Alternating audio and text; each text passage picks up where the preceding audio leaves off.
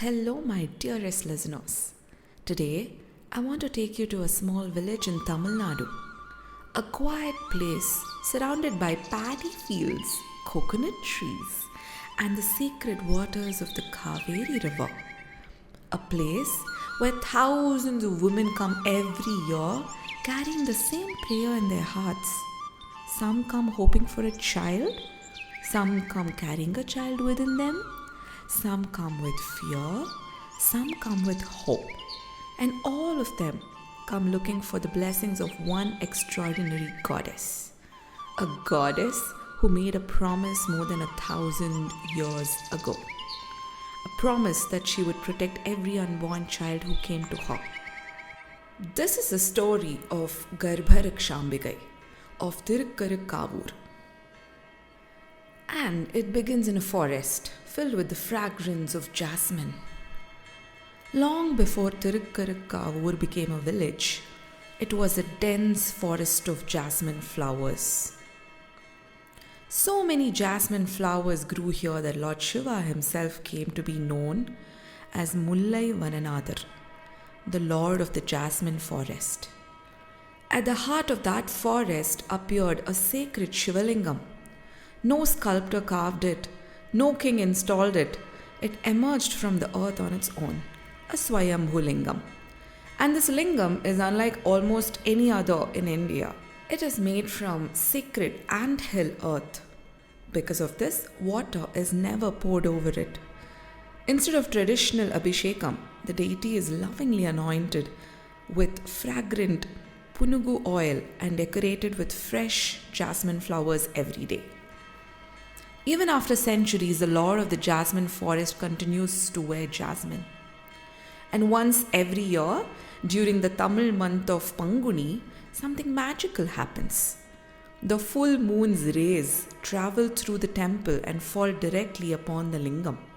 Imagine that. A temple built over 1,000 years ago with such precision that the moon itself performs the worship. No water, not milk, not flowers, moonlight. Now let's talk about the mother who protected an unborn child.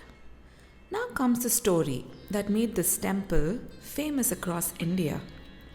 There once lived a couple named Nidruva and Vedika. For many years, they longed for a child. They prayed, they waited, they worshipped Lord Shiva with complete faith, and finally their prayers were answered. Vedika became pregnant. After years of waiting, joy filled their home. But destiny had one more test waiting. One afternoon, while her husband was away, a sage arrived at their home seeking hospitality. Vedika was heavily pregnant and physically exhausted. She tried to get up and welcome him, but she could not move quickly enough. The sage misunderstood the situation. Believing she had disrespected him, he became very angry and cursed her. The curse was devastating. Vedika lost the child she had waited so many years to receive. Broken and heartbroken, she cried out to the Divine Mother, and the goddess answered. Parvati herself appeared before Vedika. What happened next is one of the most unique stories in all of Hindu tradition. The goddess took the unborn child and placed it inside a sacred pot filled with divine nectar, an Amrita Kumbha, a heavenly womb. Inside that sacred vessel, the child continued to grow safely until the proper time of birth. When the child was finally born, Vedika was too weak to care for him.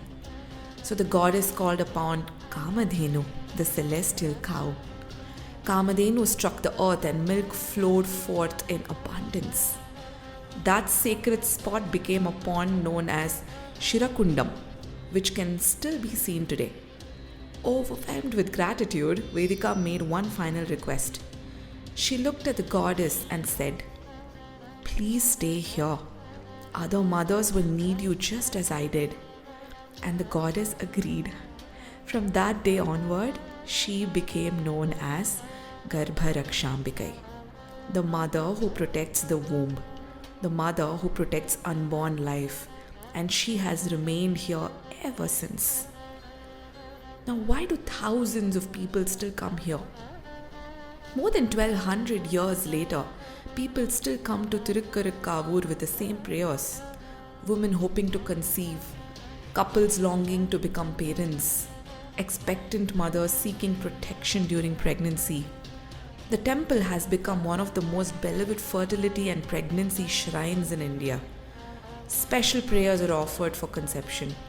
Blessed ghee from the temple is received by devotees and consumed with faith and devotion. Pregnant women receive sacred castor oil that is traditionally prayed over before the goddess and taken during the final stages of pregnancy.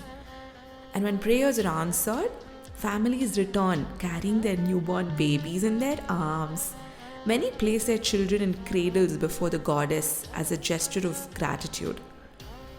It is a beautiful cycle. Prayer, hope, blessing, birth, and thanksgiving, repeated every day for centuries. And this temple is not only a place of faith, it is also a place of history. Ancient inscriptions here date back more than 1100 years to the time of the great Chola kings. The temple is celebrated in the sacred Devaram hymns and is one of the revered Padal Petrasthalams sung by the Tamil Shaivite saints. Saint Thirunavukarasar praised the deity here in beautiful verses. He described the Lord as the seed, the sprout, and the root of all life. How fitting for a temple whose greatest blessing is the protection of new life itself, right? For over a millennium, kings, saints, mothers, fathers, and children have walked through these very corridors, and the prayers continue even today.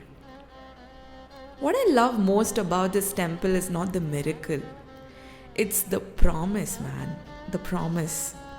A frightened mother once asked the Divine Mother to stay behind and help other women who would one day face the same fears she did. And the goddess just said yes. More than 1200 years later, that promise still lives. In every prayer whispered here, in every hopeful mother, in every child carried back to this temple in gratitude. This is the story of GARBHARAKSHAMBIKAI. I hope you enjoyed it. Until next time, take care of yourselves, be kind, and keep listening to the stories that make our land so magical. See you in the next episode. This is your story Angel D, signing off.